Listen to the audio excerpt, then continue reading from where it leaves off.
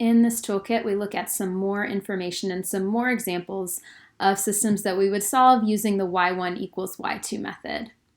Looking back at that toolkit, y1 equals y2, the big idea here was that we have two equations equal to y, and since at the solution to the system, those two y's are equal, we can set both equations equal to each other.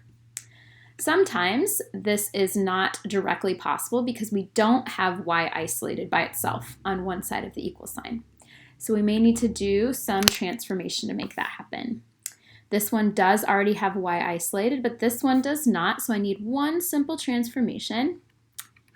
Adding 2x to both sides, now I have y isolated by itself on one side of the equal sign. So y equals 2x minus 6. I basically just moved that 2x over using inverse operations. Now, this y and this y are equal to each other at the solution. So I can set those two equations equal to each other. I can say negative 5x plus 1 equals 2x minus 6. And hopefully you have more room than this when you're writing yourself. Solving this equation, adding 5x to both sides, I have 1 equals 7x minus 6. Adding 6, 7 equals 7x. And that gives me 1/2 to my solution. My x value is 1. I now just need to plug that back in to find my y value. Y equals negative 5 times 1 plus 1, which is negative 5 plus 1, which is just negative 4. That gives me my entire solution to the system, which is x equals 1, y equals negative 4. I don't have room on here to check using the second equation, but I can do that mentally. Does y, negative 4 minus 2 times 1, does negative 4 minus 2 equal negative 6? Yep, negative 6 equals negative 6. I would highly suggest that you always at least check in your head. So I can even go back and check this one. Does negative 4 equal negative 5 times 1 plus 1?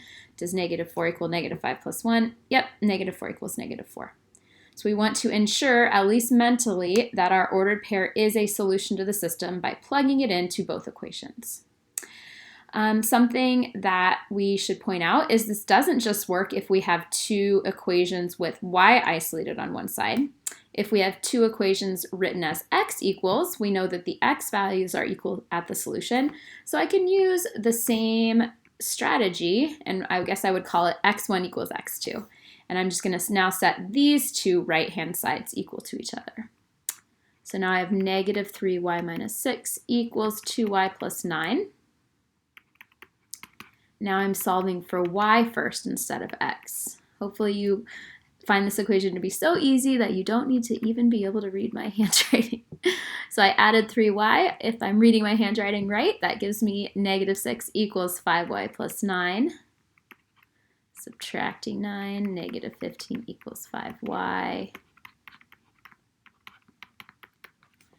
That gives me, oh, I did the thing Miss Courtney does not like. I switched y in my head, so I should have written here negative 3 equals y, and then y equals negative 3. Here's where I need to really start being careful about how I write my ordered pair. It's really common for students, the first variable that they solve for, they write that first in the ordered pair. Nope, I have y now, so I need to write that as the second part of my ordered pair. Now I need to find x. X is found by multiplying y by negative 3, so negative 3 times negative 3 minus 6, 9 minus 6, which is 3. So 3 is my x, negative 3 is my y, and of course I want to check with the second equation to ensure that I'm correct. Does 3 equal 2 times negative 3 plus 9? Does 3 equal negative 6 plus 9? Yep, 3 equals 3. And I like to even check that first equation that I just used. Does 3 equal negative 3 times negative 3 minus 6? Does 3 equal 9 minus 6? Yep, 3 equals 3. Okay, so y1 equals y2 could really be called, well, it includes x1 equals x2. On the bottom, we just have a pretty much filled in story problem. We do a lot of story problems in this unit, and the most, usually the biggest challenge is just writing the system to start with. So this method will be used to solve a system of word problems where both equations are written in slope-intercept form, which hopefully we know by now slope-intercept form is y equals mx plus b. So if you have a situation where you're given a start value and a rate of change and a start value and a rate of change, probably that will become a y1 equals y2 system. So looking at this one, Sam owns 3 rings. He buys 2 new rings a week. John owns 15 rings. He loses 2 rings a week. When will those 2 guys or people, Sam and John, have the same number of rings? How many rings will they have? So this is filled out for us. The x and y are defined for us. X is time, weeks. Y is number of rings.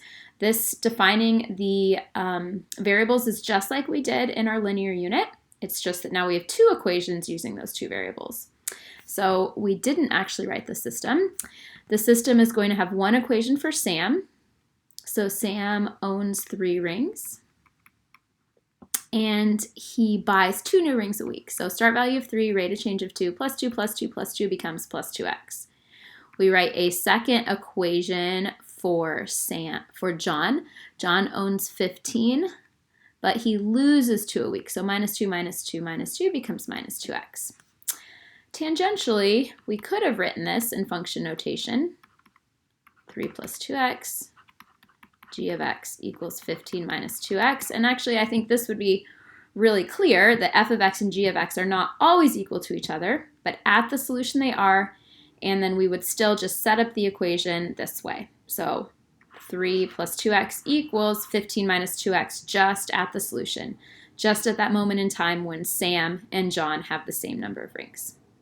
So we've done this for you. We set the equation up. We solved it because we know this part is just second nature at this point, and we didn't have a lot of space. So x is 3. Plug that 3 back into Sam's equation.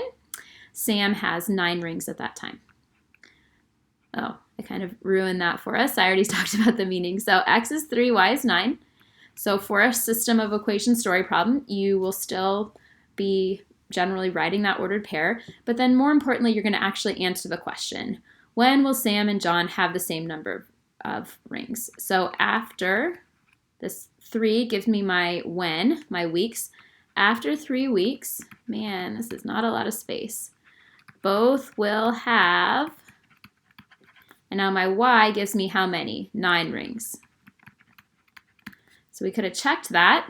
Does this fit for John? He has 15. He has subtracted 2 3 times. So 15 minus 2 times 3, 15 minus 6 is 9. So yep, after 3 weeks, this describes how many rings Sam has. And after 3 weeks, he has 9 rings. This describes John. And after 3 weeks, he also has 9 rings. So here's my meaning of my solution. So here's the mathematical solution. Here is the meaning in terms of the context, which is at only this point in time, after 3 weeks, both have 9 rings.